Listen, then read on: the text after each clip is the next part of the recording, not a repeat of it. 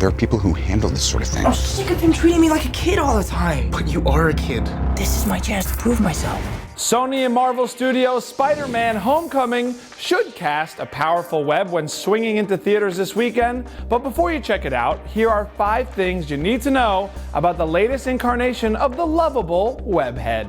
First up, Tom Holland, the young British actor of Robert Zemeckis' The Lost City of Z and J.A. Bayona's The Impossible, steps into the suit of Peter Parker for the character's first solo film in the Marvel Cinematic Universe. So, can Holland hang as Spidey? Oh, that was awesome. Awesome. John Watts directs the Sony movie, also starring Zendaya, Marissa Tomei, Tony Revolori, Donald Glover, and Jon Favreau. Robert Downey Jr. is also here as Iron Man, and the villain Vulture is played by Michael Keaton. Up next, wait a minute. Wasn't there a Spider-Man movie or 5 just recently?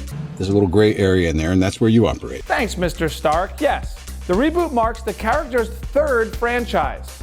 Sam Raimi directed Tobey Maguire in the first Spider-Man trilogy, which also featured Kirsten Dunst, William Dafoe, and James Franco. The first one opened to a then record $114.8 million in 2002 and spawned 2 hit sequels in 2004 and 2007.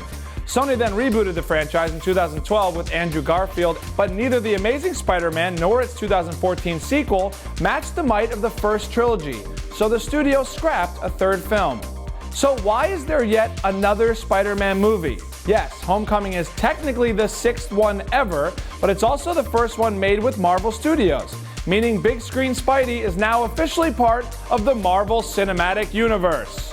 That's why Tom Holland showed up in last year's Captain America Civil War and will also be in next year's Avengers Infinity War. And trust me guys, being in Civil War alone got Holland just familiar enough with the gang and the world to handle his own standalone film.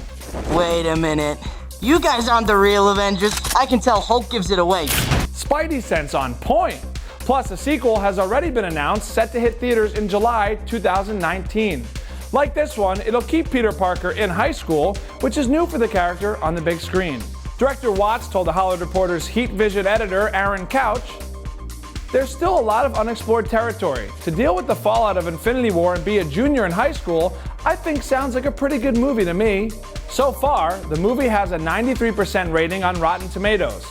Though The Hollywood Reporter's critic John DeFore called the movie, quote, occasionally exciting but often frustrating, its heavy humor and light attitude is bringing a ton of praise.